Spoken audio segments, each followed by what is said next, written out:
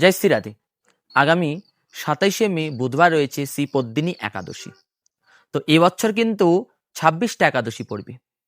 অনেকে ভাবছেন বছরে তো 24টা হয়, মাসে 2টি করে, তাহলে এই বছর কেন 26টি? কারণ এবছর জ্যৈষ্ঠ মাস, অর্থাৎ এই যে 16ই মে থেকে 15ই জুন পর্যন্ত এই একটি মাস, এটা রয়েছে পুরুষোত্তম মাস, মল মাস বা অধিক মাস। তো এই অধিক মাসে দুটো একাদশী বেশি চলে আসে, যার জন্য এবছর 26টা একাদশী। তো এই 26টা একাদশীর মধ্যে অন্যতম একটি একাদশী হচ্ছে শ্রীপদ্মিনী একাদশী, যেটা রয়েছে কিন্তু আগামী 27শে মে বুধবার। তো সকলকে কিন্তু এই একই দিনে ব্রত পালন করতে হবে। তো পালনের সময়টা প্রথমে বলে দিই।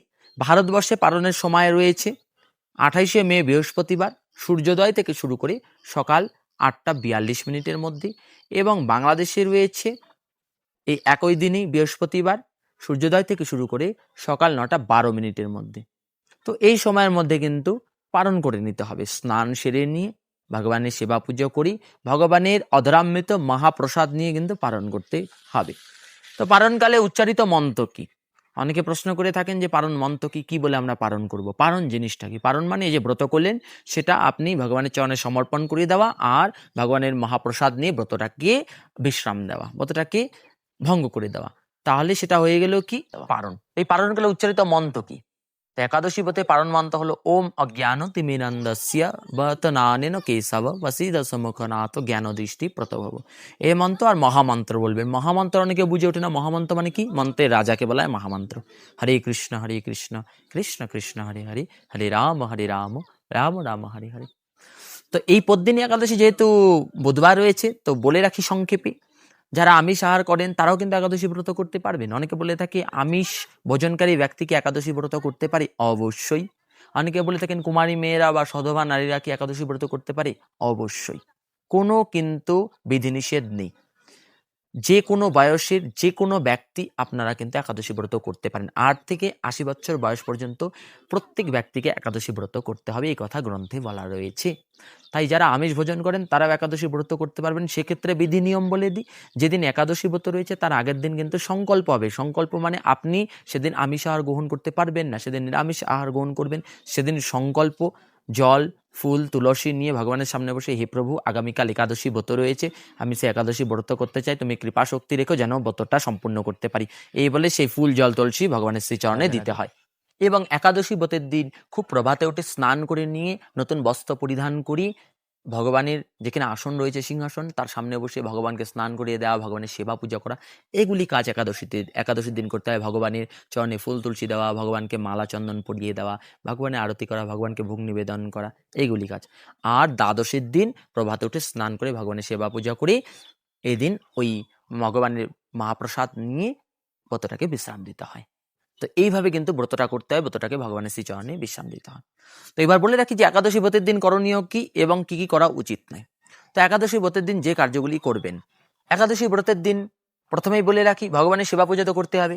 গ্রন্থ পাঠ, শ্রীমদ্ ভগবদ গীতা, ভাগবত পুরাণ, চৈতন্য চৈতামৃত, চৈতন্য ভাগবত, যে যেটা পাঠ করতে পারেন, হরিনাম, অত্যাধিক সংখ্যায় হরিনাম জপ, এবং তুলসী পরিক্রমা, তুলসী জলদান, শ্রীমন্দির পরিক্রমা এবং গোমাতার সেবা, এইগুলি কার্য। একাদশীতে কোন কার্যগুলি করা নিষেধ? একাদশীতে অন্ন ভোজন করা নিষেধ, অর্থাৎ আপনি এদিন ভাত অন্নদানা খেতে পারবেন না। রুটি, পঞ্চশস্য জাতীয় যেগুলো জিনিস রয়েছে সেগুলো নিষেধ। জব, তিল, সর্ষে, এইগুলি নিষেধ। তৈল মর্দন নিষেধ, শরীরে তেল মাখতে পারবেন না, সাবান শ্যাম্পু দিতে পারবেন না। একাদশীতে মিথ্যা সম্ভাষণ দেওয়া, পরনিন্দা পরচর্চা করা, নেশা জাতীয় দ্রব্য গ্রহণ, মাদক দ্রব্য পান, অবৈধ সঙ্গ করা, এগুলি থেকে সর্বদাই কিন্তু দূরে থাকতে হবে। একাদশী মানে কিন্তু হরিবাসর তিথি।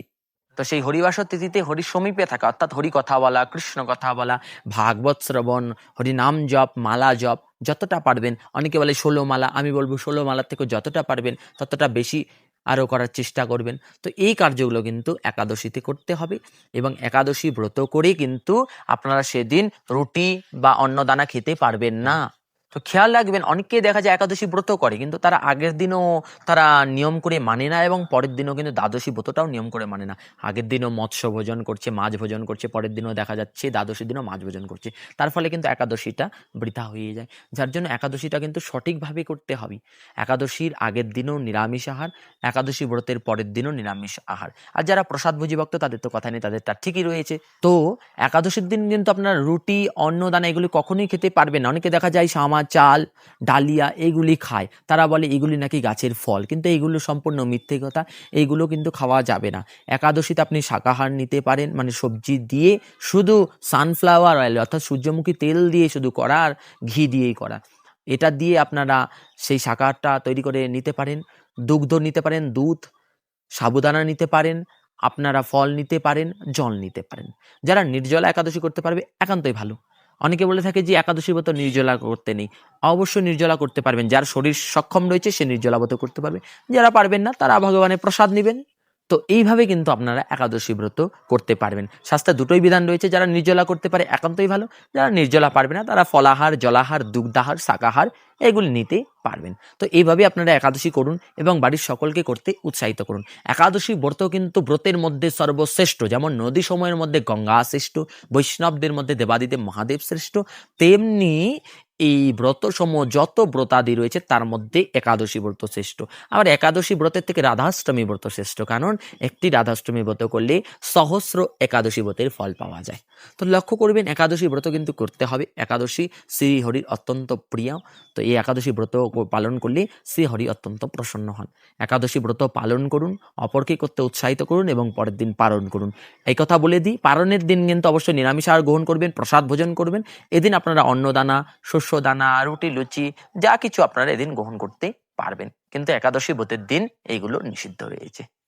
আশা করছি সকলের সামনে ভিডিওটা ক্লিয়ার করতে পেরেছি। যদি ভিডিওটা ভালো লেগে থাকে অবশ্যই ভিডিওটিকে লাইক করবেন এবং ভিডিওটিকে যতটা পারবেন শেয়ার করে দেবেন, সকলকে জানার সুযোগ করে দেবেন এবং আমাদের মধুর কৃষ্ণ কথা চ্যানেলকে সাবস্ক্রাইব করে আমাদের সাথে যুক্ত থাকবেন, যাতে আপনাদের আশীর্বাদে সবসময় নিত্য নতুন তথ্য তুলে ধরতে পারি।